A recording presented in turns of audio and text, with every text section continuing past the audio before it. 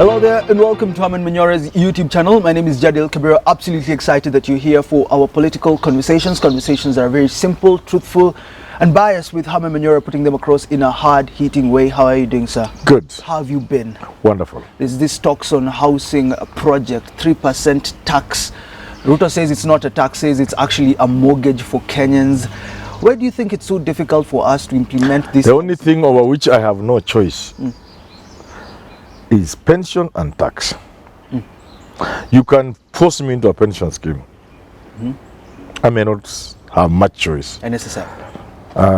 You may you will certainly force me into taxation. I have no choice. But anything outside that, if it doesn't fit in the pension scheme, is not a tax. What is it? You can't force me. It must be optional. Okay. Anything else must be optional. If it's not tax, I have no choice in the taxes I pay, in terms of whether to pay or not, in terms of what taxes, in terms of how much, except in my participation, in public participation as a citizen, where certain decisions on taxation are being made, or except through my representative in parliament. Outside that, I have no control over how much I'm taxed, what the taxes do, and so on and so forth. A pension scheme, it is on my behalf, it is thought it is necessary. And I, as an employer, and my employer are actually forced into what is actually a good thing. I mean, maybe if we had a choice, we would not have gone. So these two, pension scheme, a retirement benefit scheme, and it must be registered under the Retirement Benefits Authority or tax. Anything else must be voluntary. Okay. So first of all, let's agree or disagree on one thing. Is it a good idea, first of all? If you talk about 3% of all workers in Kenya, everyone that is employed, to give 3%, is it first You know, once, first of all, you cannot force me into a scheme that is neither pension nor tax. So let's begin from there. Okay. So it's unconstitutional. It's actually illegal. Okay? As to whether it's a good thing or not, there are many good things we know are good, but we don't do them because of various reasons. For example, this one, Kenyan workers are already overburdened. To add on an extra load on this burden is being inhuman and insensitive. Number two, the Kenyan worker receives slave wages, not living wages. So let's say if the minimum wage in this country was what in my view it should be, something like, say, around 50,000 shillings. Okay, that should be the minimum wage in this country, considering many of the factors. 40, 50, 60. If that was the case, you could begin talking of additional taxes. You could begin talking of additional levies like this housing levy, because it is supposed to be like a saving, like the president puts it.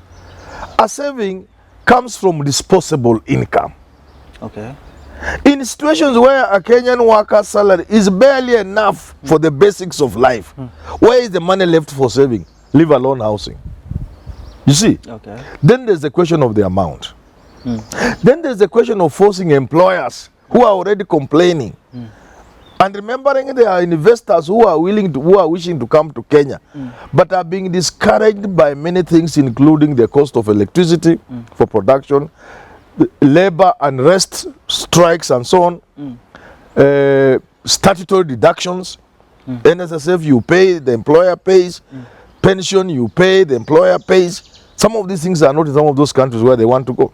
So we are competing for space for this small facility of investment. So the investors are choosing to come here where you have too many levies, which is being forced into, or go to a country which is friendly to investors. So when you consider all these things, I would urge the government to abandon this scheme.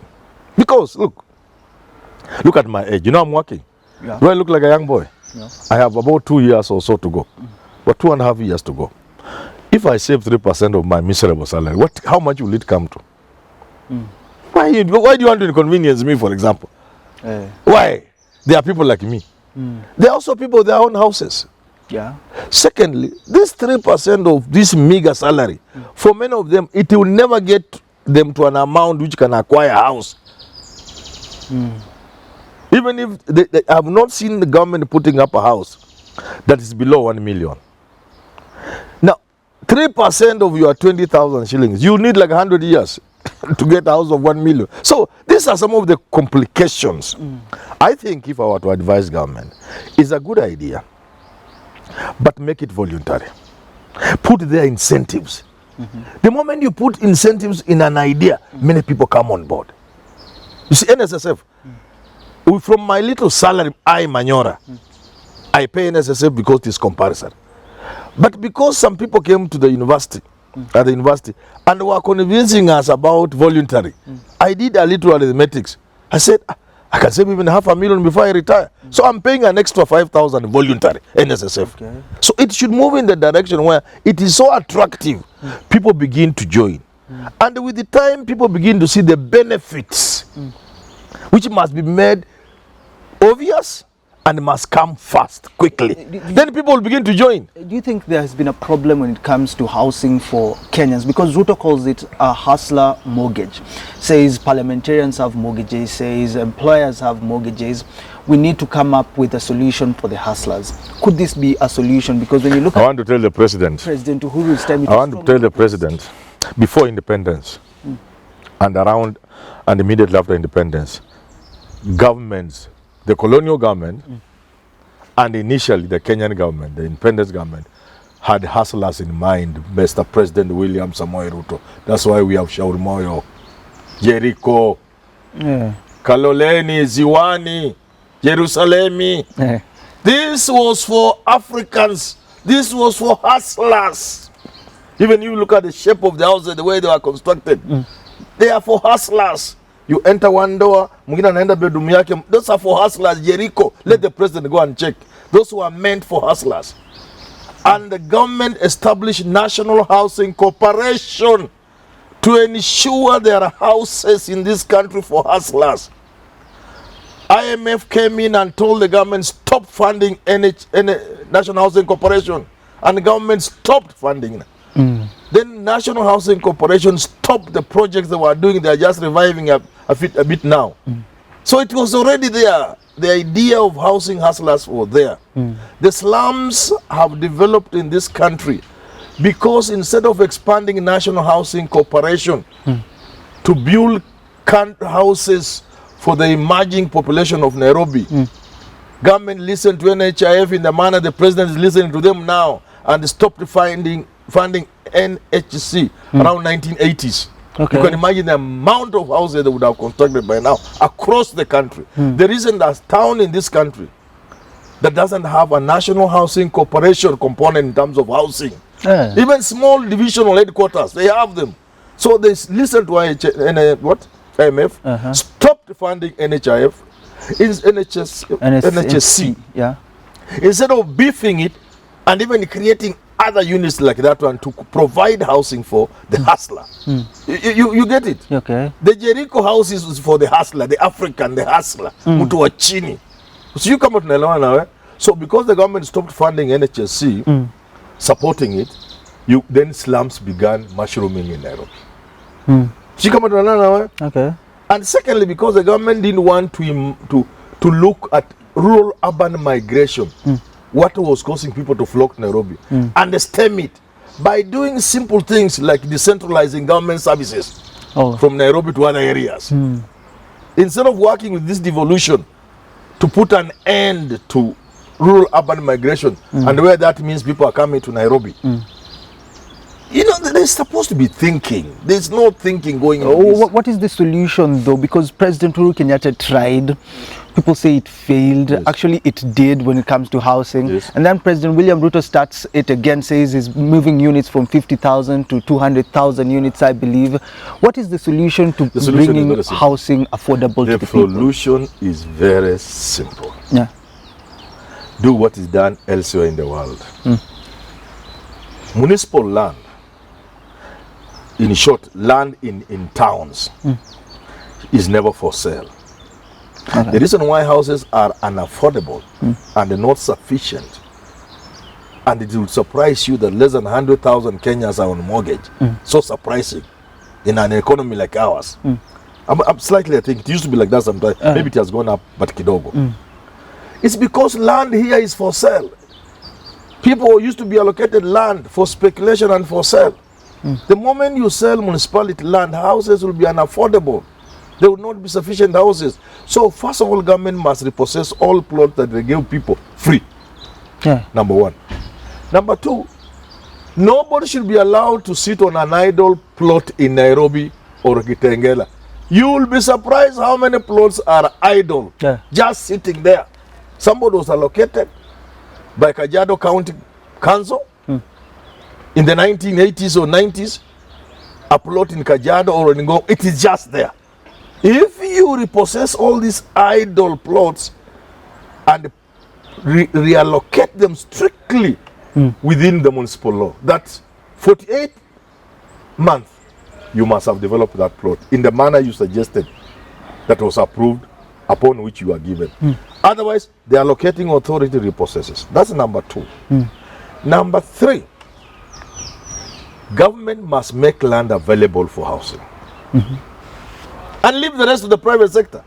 Oh, leave the rest of the public sector, private sector. Government, and I've said this many times, you see Southern Bypass. Matajiri walinyakua pale. When you leave Langata on your way to, there are beautiful houses on Southern Bypass. This former environment minister, Masai guy, Tobiko. He wanted to repossess those houses because it was illegal to excise the forest to give them. The Kenyan style things when they acquired. From that place, when you are driving on the Southern Bypass on the way to Kikuyu, to Asingongo if you wish, then you get to Ngongo Road, where Juma was killed, around that area, on your left.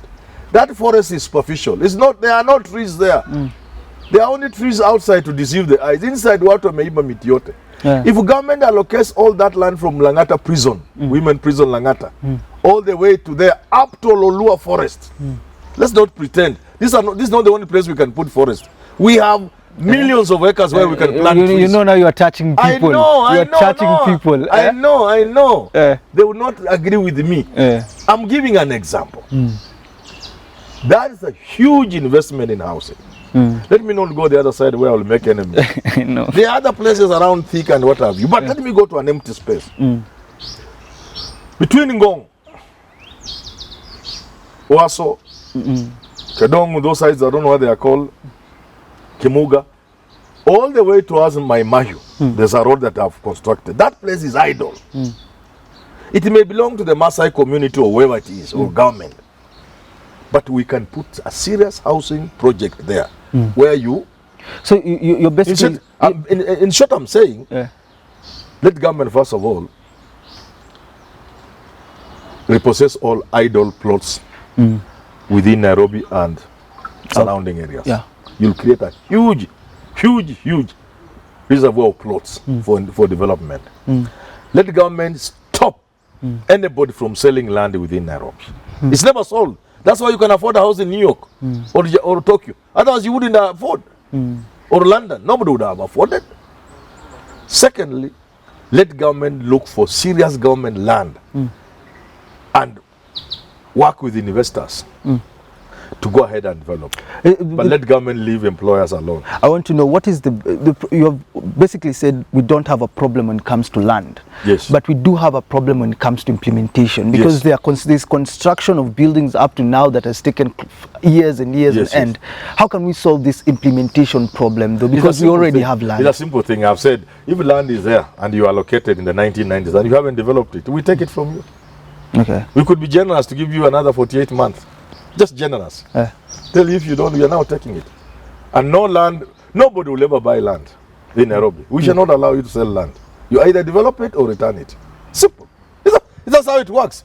That's how you can afford a house in California.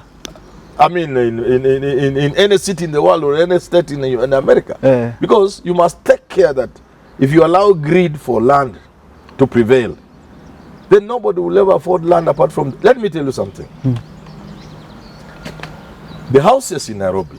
I want to give you a true story because sometimes true stories help. One of my students, these were all John, these old fellows. I mean, they are not necessarily old, but they are not young either. They are not in school. Okay. On this open learning module 2, we call it parallel. She came and told me, she was a mature woman, Manyora, Mwalimu, we are selling houses in SSF. Please, I want you to get. She told a number of us. When they started the Mbakasi project, they were fairly easy. Like tenant purchase. You are staying in the house and you are also paying. It will become your house. It's a very good idea. With some little deposit. I think there was almost no deposit. Very little deposit. 10%, I think. So we drove and went there. People had been invited to come, interested people to come do sightseeing and what have you. I'm telling you, when I arrived there, there was a queue I just couldn't believe. Yeah. A queue you couldn't even attempt to get to the show house. So I think I went back or something like that. But finally, I left the queue rather than I remember and walked towards, just walking. I'm not going where the people are going because I'm not on the queue. Then I got talking to people on the queue as we talk. I just came back. You know why? There were Kenyans with checks for full amount. Not the 10% deposit, which by the way I didn't even know myself at that time. Full amount. Full amount. That's not the worst bit. The worst bit is this. If you bought that house and put somebody to stay in as a tenant, on top of the rent they give you, you'll have to add 50,000 shillings to finish the mortgage, to finish the payment. Yeah. I tried to get a house in Langata. I don't want to mention the people because it's an organization. I was asked to give 1 million shillings and then pay 100,000 shillings for like I don't know how many years. Now, if I put somebody in that house, on top of the rent he was paying, I will have to pay 80 or 70,000 shillings. Yeah. For me to, after having deposited 1 million. What does that tell you? It tells you people buy houses in Nairobi not because they have the money from their income, because they are using stolen money. Yeah. It's the people who steal public money that can buy these houses in Nairobi.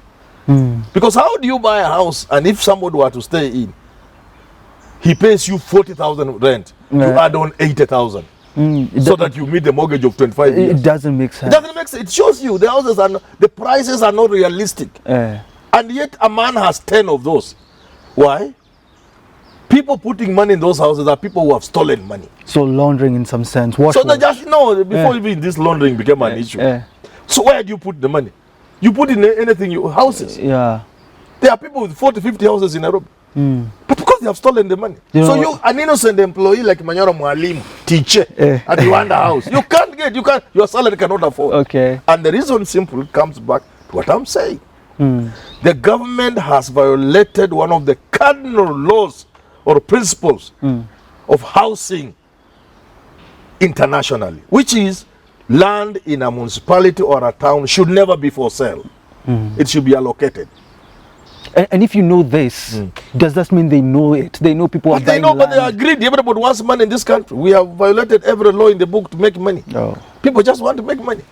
But so long as that is the case. But finally, I will keep singing this story for half a second until one person will hear. And they will tap the president, whoever president. Because I started during Moi's time. No, it was Kibaki's time. Raila Kibaki. When the Raila started and Kibaki to relocate Kibra people, the population of Kibra at that time we were being told was 1 million or 700. Of course, that was highly exaggerated. Kibra was being touted as the biggest slum in the world. Yeah, that's what people are saying. With a population of 1 million, then they scaled down to 700. Now they have agreed in the last census or the other one, 200. So they wanted to relocate people from Kibra to decent housing. So I was doing an interview with a girl from Britain. She was doing her PhD and she was researching. And this thing I think was supposed to feature on some TV, some radio station. I don't want to mention which. After interacting with her for a long time, because I was like her research somebody, she saw my thinking, and she knew she cannot offend my feelings. She asked me, I hope I'm not offending you. What's wrong with you Africans? Kwani mnafikiriangaje haki? Kwani mnafikiriangaje? Do you see? The same girl. No, that is another story, but so that I cut it short. That was about our salary. Kwani mnafikiriangaje? The amount of money government was putting down for feasibility studies was so much, you couldn't believe what they were talking about. It reminded me of Musila, the former senator of Kitui, former PC, who said the amount of money government was putting down to do feasibility studies on water, if he was given, he would flood Ukambani with water. You know? So this girl, a young girl, was telling us, munakuangaje wa Africa. But the reason she was saying that was about the houses. Raila and Kibaki were putting up about 1,800 or thereabouts to relocate a place with 700,000 people. Let's say there were 200. Let's say there are 100. How many years would you need to relocate them? A million years? This is the stupidity about us Africans. I'm sorry to say Africans, because it seems there's no other way you can put it. So the same thing, a president and his prime minister trying to relocate 250,000 families. Families, not people, families. And starting with 2,000 units. 1,000. How many years will you need to relocate Kibera alone? So even this is what Ruto is doing, 2,000. Yesterday he was doing 1,800. How many years will you take to settle the people of Nairobi? 2 million years. 2,000 years. I mean, we must wake up and start thinking, honestly. We need action. No, before action, we must think. Action must follow from thinking. Because this nothing, 2,000 affordable units, we will never sort out the housing problem in Nairobi. Never. Even if we move from 3% to 20% of people's salaries, we will never get sufficient houses for a growing population of Nairobi. For heaven's sake, Nairobi is moving towards 5 million people. At the rate at which we are doing this affordable housing, 2,000 units here, 1,800 here, we will need 3,000 years. Assuming the population stays stagnant. What was desired? We give a decree, hakuna kuzaa mtoto Kenya. So wale watu wako peke yake ndio wafikiwe, kila mtu akuwe na nyumba miaka 3,000. Huu ndio ujinga ambao utaangamiza sisi wa Afrika. We gotta wrap it up.